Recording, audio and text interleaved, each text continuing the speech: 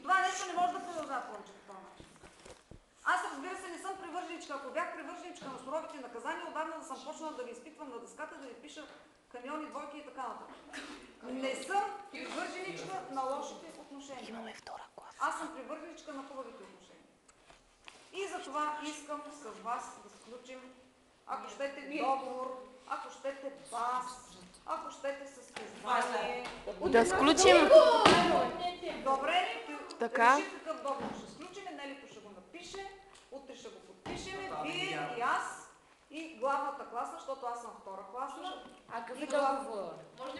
Кажете какъв да е договор. Договор за? Какво да бъде? Частна класа. Аз вземам частна класа. Не, аз не са ми казали какво искат от мен да правя. Просто че сте втора класа. Въпросът е да помагам на госпожица Рашева. А как? Кой ще дойде? Аз би предложил Ивица за всички говоря договор.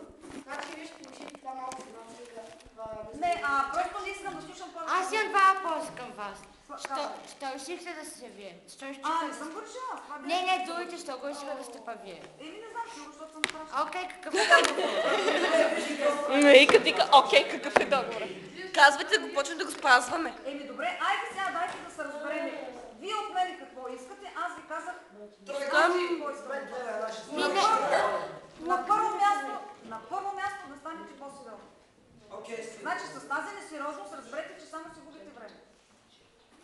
Рано или късно ще дойде момент, в който ще отключим част от знанията ви трябва, да вие ги нямате. Така че аз ви предлагам, сега ще свършим, не съм толкова досадна, до сега не съм ви говорила никога такива неща. Да. Всъщност така е добре.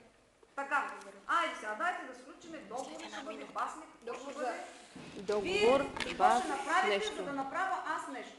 Значи, вие ще станете сериозни и ще си учите уроки. Аз какво да направя? О, госпожо. Добре, аз предлагам да не вземете част на класа, което ни а не всеки път да го караме. Примерно Сега, Това не може да го направи.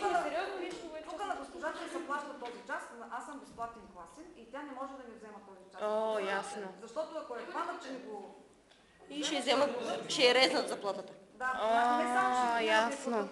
ще я резнат от заплата. добре, какво правите вие като втори учител?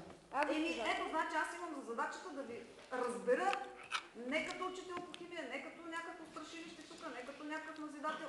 Искам да разбера коя е причината за подобно поведение и да направим така, че